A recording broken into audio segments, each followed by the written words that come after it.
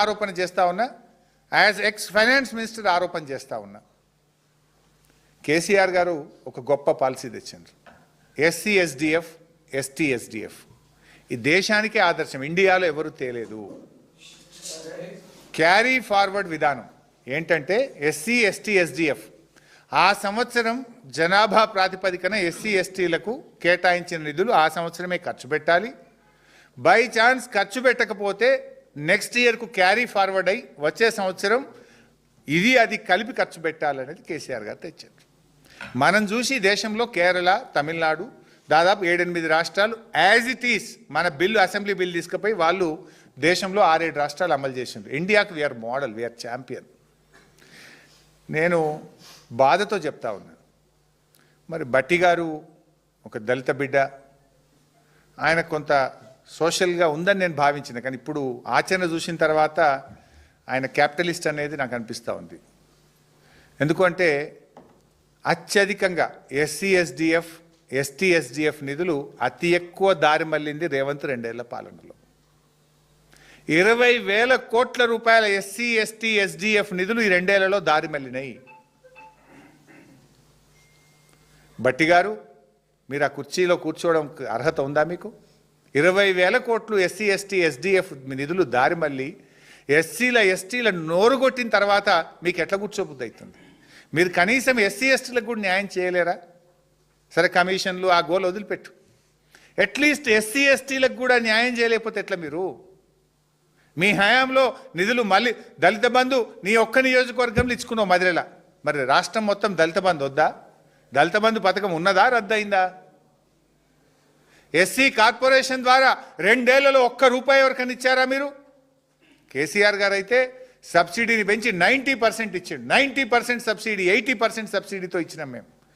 SC corporation బంధు, దళిత బంధు, SC ST SDF నిధులు దారి మల్లుతాయి. SC ST గురుకులాల్లో సరిగా అన్నం పెట్టక మెస్ బిల్లులు విడుదలగాక పిల్లలు దవాఖాన్ల పాలు. ఈ రోజు కూడా ఎస్సీ ఎస్టీ విద్యార్థులకు కాస్మోటిక్ ఛార్జెస్ రిలీజ్ కాలే. ఏది కటింగ్ కోసం పిల్లలకు కొబ్బరి నూనెకో దానికి కొనుక్కునే కాస్మోటిక్ ఛార్జీలు ఈ రోజు కూడా ఈ విద్యా సంవత్సరం ఇంకా రిలీజ్ కాలేదు. ఇది బాధతో చెప్తున్న భట్టి గారు. బీసీలకు అన్యాయం. అరే, SC overseas scholarship, Ambedkar overseas scholarship డబ్బులు విడుదలైతలేవు. కేసీఆర్ గారు దేశంలో ఎక్కడ లేని పథకం పెట్టిండ్రు, అది బంద్ అయిపోయింది. బీసీలకు కామారెడ్డి డిక్లరేషన్ అంటివి, ఈ సంవత్సరానికి 20,000 కోట్లు బడ్జెట్లు పెడతా అంటివి, 42% రిజర్వేషన్ అంటివి. 42% దేవుడు కానీ ఉన్న 24% ఊడగొట్టినావు కదా. 17%కే బీసీ రిజర్వేషన్లను పరిమితం చేసి బీసీ బిడ్డను బలి తీసుకున్నాడు రేవంత్ రెడ్డి. ఇవాళ సబ్ ప్లాన్ పత్తా లేదు. కామారెడ్డి డిక్లరేషన్ చెత్తబుట్ట దాఖలైపోయింది.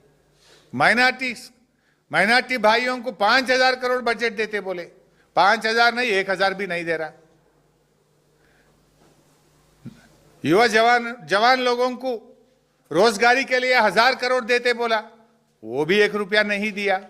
इमाम मौसम साहब का तनख्वाह बढ़ाते बोले, वो भी ₹1 नहीं दिया. कुछ नहीं दिया. बार बार पीआरएस पार्टी ने पीछे पड़े तो कल नहीं परसों जुबली हिल्स के इलेक्शन के वजह से आप अजहरुद्दीन को मिनिस्टर दिए, वो भी नहीं दे रहा था. तू 2 साल में माइनॉरिटी को मिनिस्टर भी नहीं दिया. एससी को डोका, माइनॉरिटी को डोका, बीसी को डोका, एसटी को डोका, सबको डोका दिए रेवंत रेड्डी सरकार. शादी मुबारक में 1 तोला सोना देते बोले, 1,60,000 देते बोले, वो चेक भी नहीं मिल रहा. अब बच्ची पैदा होने के बाद चेक मिल रहा. आजकल ఆటో డ్రైవర్లకు 179 మంది చనిపోయినారు. 12,000 ఇస్తామని మేనిఫెస్టోలో పెట్టారు. ఇవాళ ఈ రోజుకు ఒక్క ఆటో డ్రైవర్కి కూడా సహాయం అందించక జీవితాలు ఆగమై రోడ్డు మీద పడి 179 మంది ఆటో కార్మికులు ఆత్మహత్య చేసుకున్నారు. ఇప్పటికైనా ఆటో కార్మికులకు 12,000 చెల్లించండి, చనిపోయిన వారికి 10 లక్షల ఎక్స్గ్రేషియా ఇవ్వాలని మేము ప్రభుత్వాన్ని డిమాండ్ చేస్తూ ఉన్నాం. ఇక ఉద్యోగుల మీద పగబట్టిండు.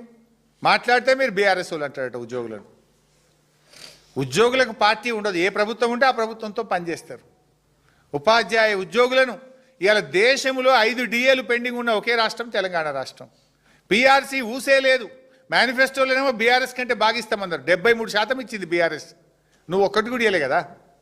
పీఆర్సీ లేదు, డిఏ లేవు. సరెండర్ లీవ్ పైసలు రావు, జీపీఎఫ్ పైసలు రావు, పాత బకాయిలు ఇయ్యవు. చివరికి ఉద్యోగులు కూడా రిటైర్ అయిన ఉద్యోగులు కానీ ఉద్యోగులు సెక్రటరేట్ చుట్టూ బ్రోకర్ల చుట్టూ తిరిగే పరిస్థితి వచ్చింది. కమిషన్లు ఎవరికి ఇస్తే బిల్లు వస్తుంది అని కమిషన్లు ఇచ్చి బిల్లులు పాస్ చేసుకునే పరిస్థితి ఉద్యోగులకు తెచ్చిండు రేవంత్ రెడ్డి. ఇవాళ 27 మంది రిటైర్డ్ ఉద్యోగులు మానసిక ఒత్తిడికి లోనైపోయి అనారోగ్యం పాలైతే డబ్బులు లేక ఈరోజు చనిపోయే పరిస్థితి ఏర్పడ్డది. చివరికి ఐఏఎస్లు కూడా బలి తీసుకున్నారు. మీరు ఒక రిజ్వీ లాంటి ఒక ఉన్నతాధికారి, మంత్రికి ముఖ్యమంత్రికి ఉన్న మధ్య భేదాభిప్రాయాలు, పంపకాల్లో తేడా, టెండర్లలో తేడా వస్తే చివరికి ఒక హానెస్ట్ ఆఫీసర్ రిజ్వీ లాంటి ఒక మంచి అధికారి సర్వీస్ నుంచి వైదొలిగే పరిస్థితి వచ్చింది. ఇది రాష్ట్రానికి నష్టం కదా. ఒక మంచి అధికారిని రాష్ట్రం కోల్పోయింది కదా. అనుభవజ్ఞుడైనటువంటి ఒక వెరీ గుడ్ ఆఫీసర్. మీ అవినీతికి, మీ పంచాయతీలకు, మీ టెండర్లు, మీ కాంట్రాక్టర్లకు చివరికి ఒక ఐఏఎస్ అధికారిని కూడా బలి తీసుకున్నారు మీరు. అరే హోంగార్డులను కూడా మోసం చేస్తుంది, జర్నలిస్టులను మోసం చేస్తుంది. 2 సంవత్సరాల్లో జర్నలిస్టులకు మీరు చేసింది ఒక్కటి చెప్పండి. కేసీఆర్ గారు కట్టించిన బిల్డింగ్లో పోయి కూర్చుంటుండు ఆయన, పొంగులేటి శ్రీనివాసరెడ్డి. అదేం భవనం, మన